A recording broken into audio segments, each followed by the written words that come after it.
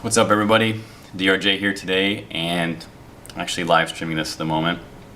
Today I wanted to talk to you guys about the Diablo 3 Pickle.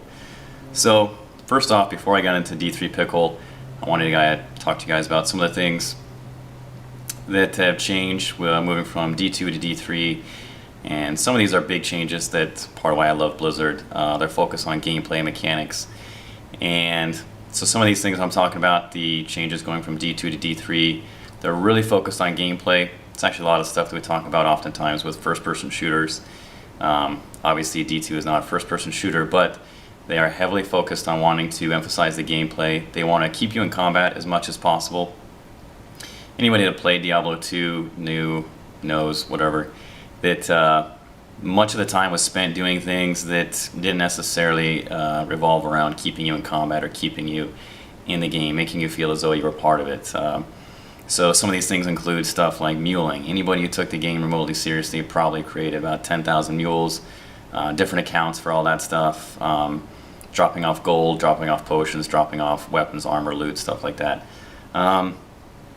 Second thing, obviously, was town runs, running the town, incessantly, as a result of the inventory system and the ability to only sell things in town. They've addressed a lot of these issues in the next game. So let's see, the first one is health globes. So they're moving away from potions, picking up health globes. This is, in my opinion, a wonderful change. It'd be very, very dramatic. I think they still have potions in-game, but they're supposed to be rare, and they're more of a oh shit button, as opposed to that's the only way that you fill up your health again. Loot is another revolutionary change they're making. This is something I would have loved to have seen in World of Warcraft. But the loot is being individualized. So whenever you kill a monster, no longer are you competing with your friends, for better or for worse. You now get a individualized loot table that drops, and so that way no one's competing anymore. I think part of the thought process behind this as well was to fuel the new auction house and economy system they have going on. More loot, more funds, perhaps. I don't really know. There's also a mini-map, yay! Yay for logistics. The last game I don't think had a mini-map. I think it had that overlay of the map outline that you could put on your screen. I'm trying to remember. But I don't think it had a mini-map. This one does. It's pretty amazing. They have a shared stash, which is fantastic. So shared stash, you can drop off all your loot or whatever, and then you want to help out with younger characters and things like that, as opposed to, once again, creating this massive mule hierarchy system. Oh my gosh, that was such a nightmare. They also have shared gold. All of your characters, instead of, once again, dropping off gold to different characters that are higher or lower levels, all of your characters on the same account share all that same gold. And I believe that you can purchase items from the auction house with gold or with RL cash, so that's really helpful.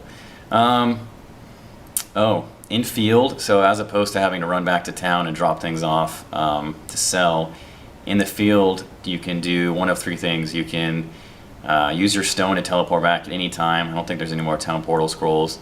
You can drop or break down items for component parts to use those later for the equivalent of the Herodric cube. And the third thing you can do is just sell items right then and there in the field. The inventory system has also been revamped with, it makes more sense as far as how much space weapons, items, armor, things like that are taking up. So the last thing, probably missing a few other things, but the last thing that they've done in this game, which has been a new, I don't want to say revolutionary, but a new take on the skill tree system, is essentially doing away with skill trees entirely. And this is where we start to get in the Diablo 3 Pickle, which is essentially the focus of this talk. Instead of having a skill tree like, say, the current Dead Island or World of Warcraft or whatever, instead of having multiple trees where you go from top to bottom and choose different tiers of talents, now what happens is everybody essentially gets the same, well, you do get all the same talents or the same skills as you level up. And what separates one character from another or one player from another is that you have 6 active slots and 3 passive slots, and how you choose to use your active skills versus passive skills is supposed to separate you from the next guy.